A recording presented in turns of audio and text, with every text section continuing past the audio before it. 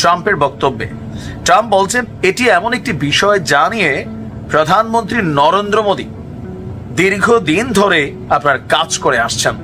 এটা নিয়ে শত শত বছর ধরে কাজ করছে। প্রশ্নটি উত্তর দিতে আমি ভারতের প্রধানমন্ত্রী নরেন্দ্র মোদীর উপরেই ছেড়ে দেব।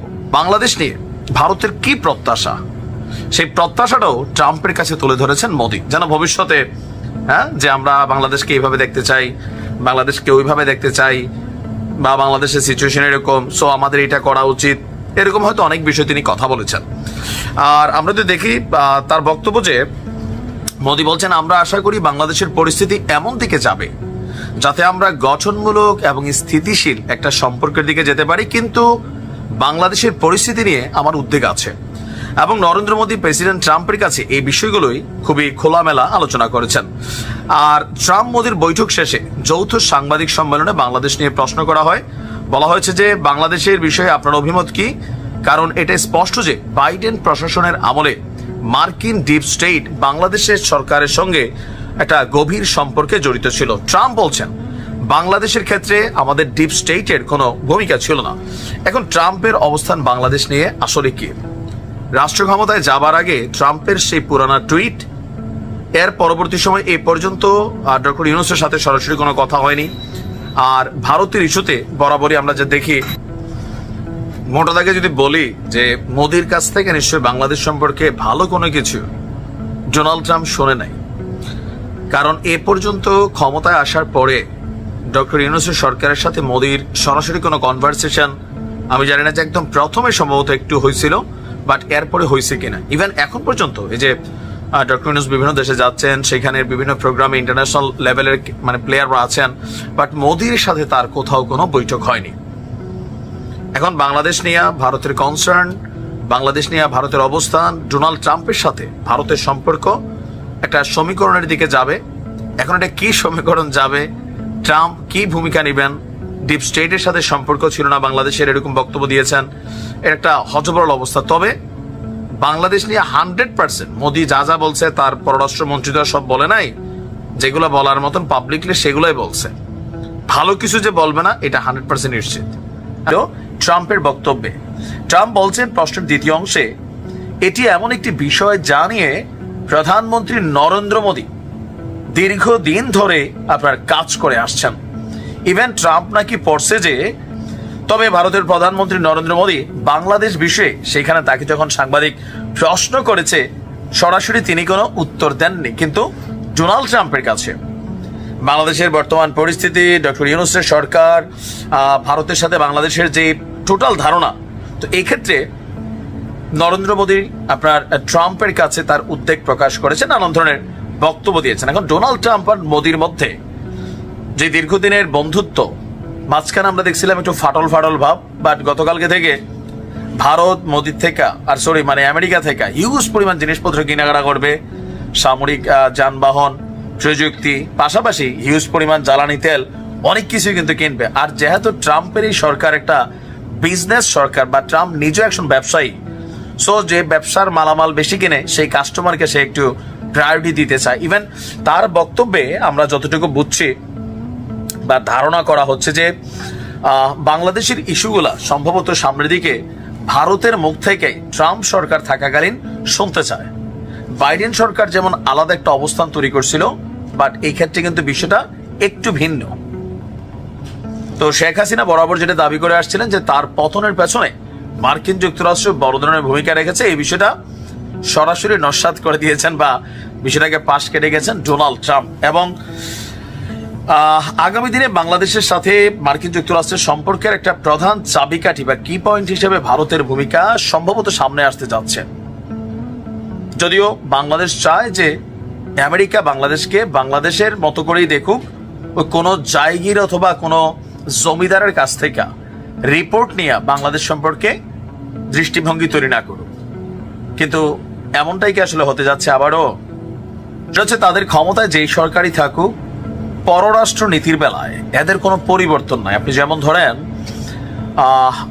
কি বলে যে বাংলাদেশের ইস্যুতে ডোনাল্ড ট্রাম্পের রাইট নাও যে দৃষ্টিভঙ্গি, বাইডেন সরকার যে দৃষ্টিভঙ্গি, এগুলোর মধ্যে কিন্তু কোনো পার্থক্য নাই। এমন না যে আগের সরকারকে সমালোচনা কইরা নিজের ক্ষমতা নিয়ে তারা পজিটিভ একটা ভাইব তৈরির চেষ্টা করে। দীর্ঘ একটা সময় ধরে শেখ হাসিনার পতনের আগে পরে একটা বক্তব্য ছিল যে আমেরিকা চায় না যে শেখ হাসিনা ক্ষমতায় থাকুক। পেছনে প্রেক্ষাপট হিসাবে সেন্ট মার্টিন ইস্যুকে বেশ কয়েকবার তিনি আলোচনায় তুলেছেন। ইভেন আওয়ামী লীগ সরকার পতনের পরও মার্কিন যুক্তরাষ্ট্রের সমালোচনা করেছিলেন শেখ হাসিনা। তবে ট্রাম্পের বিষয়ে একটু ভিন্ন রকম চিন্তা ছিল। এখন আজকে নিউজটার মধ্যে দুইটা জিনিস আমি কানেক্টেড পাচ্ছি। নাম্বার ওয়ান, শেখ হাসিনার পতনে আমেরিকার কি কোনো ভূমিকা ছিল? এই প্রশ্ন ছিল সরাসরি ডোনাল্ড ট্রাম্পের কাছে। তো ডোনাল্ড ট্রাম্পকে সাংবাদিক প্রশ্ন করেছিলেন যে বাংলাদেশের বিষয়ে আপনার অভিমত কি, কারণ সরকার পতনের পেছনে আমেরিকার কি কোনো ভূমিকা ছিল আওয়ামী লীগ সরকারের ইস্যুতে?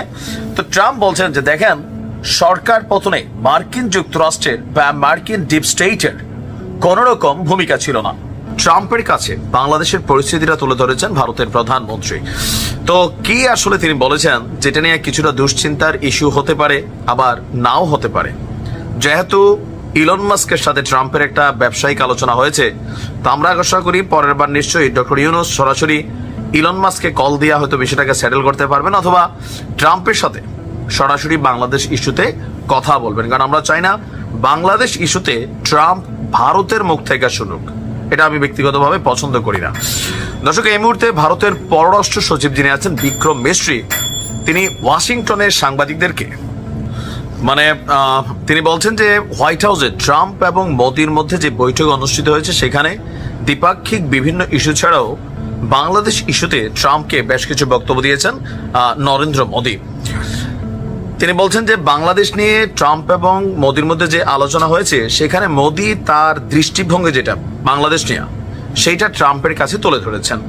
প্রকৃতপক্ষে বাংলাদেশের সাম্প্রতিক ঘটনাবলী নিয়ে নরেন্দ্র মোদি বা ভারত সরকারের যে উদ্বেগ এবং ভারত কিভাবে বাংলাদেশের এই পরিস্থিতিকে দেখে তাও তিনি ট্রাম্পের কাছে বর্ণনা করেছেন। ইভেন বাংলাদেশ নিয়ে ভারতের কি প্রত্যাশা, সেই প্রত্যাশাটাও ট্রাম্পের কাছে তুলে ধরেছেন মোদি, যেন ভবিষ্যতে যে আমরা বাংলাদেশকে এইভাবে দেখতে চাই, বাংলাদেশকে ওইভাবে দেখতে চাই, বা বাংলাদেশের সিচুয়েশন এরকম, সো আমাদের এটা করা উচিত, এরকম হয়তো অনেক বিষয় তিনি কথা বলেছেন। আর আমরা যদি দেখি তার বক্তব্য, যে মোদি বলছেন আমরা আশা করি বাংলাদেশের পরিস্থিতি এমন দিকে যাবে যাতে আমরা গঠনমূলক এবং স্থিতিশীল একটা সম্পর্কের দিকে যেতে পারি, কিন্তু বাংলাদেশের পরিস্থিতি নিয়ে আমার উদ্বেগ আছে। এবং নরেন্দ্র মোদি প্রেসিডেন্ট ট্রাম্পের কাছে এই বিষয়গুলোই খুবই খোলামেলা আলোচনা করেছেন। আর ট্রাম্প মোদির বৈঠক শেষে যৌথ সাংবাদিক সম্মেলনে বাংলাদেশ নিয়ে প্রশ্ন করা হয়। বলা হয়েছে যে বাংলাদেশের বিষয়ে আপনার অভিমত কি, কারণ এটা স্পষ্ট যে বাইডেন প্রশাসনের আমলে মার্কিন ডিপ স্টেট বাংলাদেশের সরকারের সঙ্গে একটা গভীর সম্পর্কে জড়িত ছিল।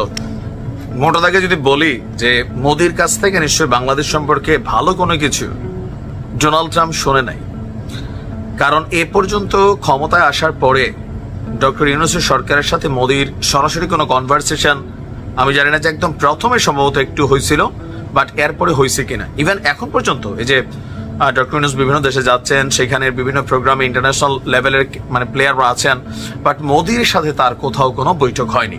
তার পররাষ্ট্রমন্ত্রী তো সব বলে নাই, যেগুলো বলার মতন পাবলিকলি সেগুলোই বলছে। ভালো কিছু যে বলবে না এটা 100% নিশ্চিত। আপনার শেখ হাসিনা সহ আওয়ামী লীগের যারা ঊর্ধ্বতন নেতারা আছেন, যারা এই জুলাই আগস্টে পেছন থেকে প্রকাশ্যে তাদের টিম দিয়া যে গণহত্যা হয়েছে বা যে হত্যাকাণ্ডগুলো হয়েছে সেগুলোতে জড়িত ছিলেন, তাদের বিচারের দাবিতে মোটামুটি আমরা সবাইকে একাট্টা হতে দেখছি। সর্বশেষ আমাদের প্রধান উপদেষ্টা ডক্টর মোহাম্মদ ইউনূস তিনি দুবাই সফরে গিয়ে ইন্টারন্যাশনাল মিডিয়াতে যে বক্তব্য দিয়েছেন, এখান থেকে তো স্পষ্ট